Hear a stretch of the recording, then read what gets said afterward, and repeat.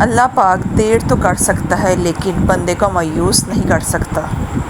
ممکن ہے جو تم چاہ رہے ہو وہ تمہیں تمہاری اگلی دعا پر ہی مل جائے۔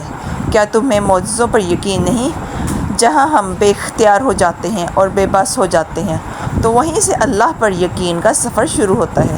جب چاروں طرف سے کچھ نظر نہیں آ رہا ہوتا تو پھر نظر آسمان پر جاتی ہے، آنکھیں بھر آتی ہیں، دل کہتا ہے بس یہیں سے راستہ بنے گا۔ زمین تو ساری ہی بے بس ہو چکی ہے، بس پھر جو آسمان پر نگاہ جما لیتا ہے اس کے لیے معجزے ہونے لگتے ہیں۔ زمین والے جب زمین سے نظریں ہٹا کر آسمان پر لگا لیں گے تو آسمانی فیصلے زمین پر آئیں گے جو ہر آنکھ کو حیران کر دیں گے۔ بات تو ساری اللہ پر یقین کی ہے۔ محبت وہ ہے جس نے ہمیں کھلی بھیڑ میں چن لیا ہو، جس نے ہمارے باوجود ناقص ہونے کے قبول کیا ہو، جس نے ہماری بدترین حالت میں ہم میں وہ خوبصورتی دیکھی ہو، جس نے ہمارے اچھے برے مزاج کو سہا ہو اور ہماری مشکلوں اور غموں میں شریک ہو۔ محبت جو اندھیروں کے وسط میں ہمارے لیے روشنی ہو۔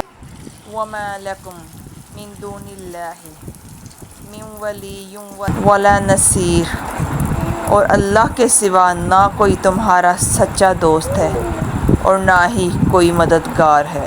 مومن تو سراسر خیر بانٹنے والا ہوتا ہے، خواہ وہ خیر اسلام ہو، مسکراہٹ ہو، رہنمائی دینا ہو، درست راستہ بتانا ہو، اچھا مشورہ دینا ہو، علم سکھانا ہو، ہنر سکھانا ہو، نیکی کی ترغیب دینا ہو، نیکی کمانے کے طریقے بتانا ہو، عمل کرنے پر راغب رکھنا ہو، عمل پر استقامت کے لیے ماحول بنانے کی راہ سمجھانی ہو۔ اللہ پاک ہم سب کو ایسے شجر بنا دے جو ہمیشہ دوسروں کے لیے چھاؤں اور پھل دینے کا باعث بنتے رہیں۔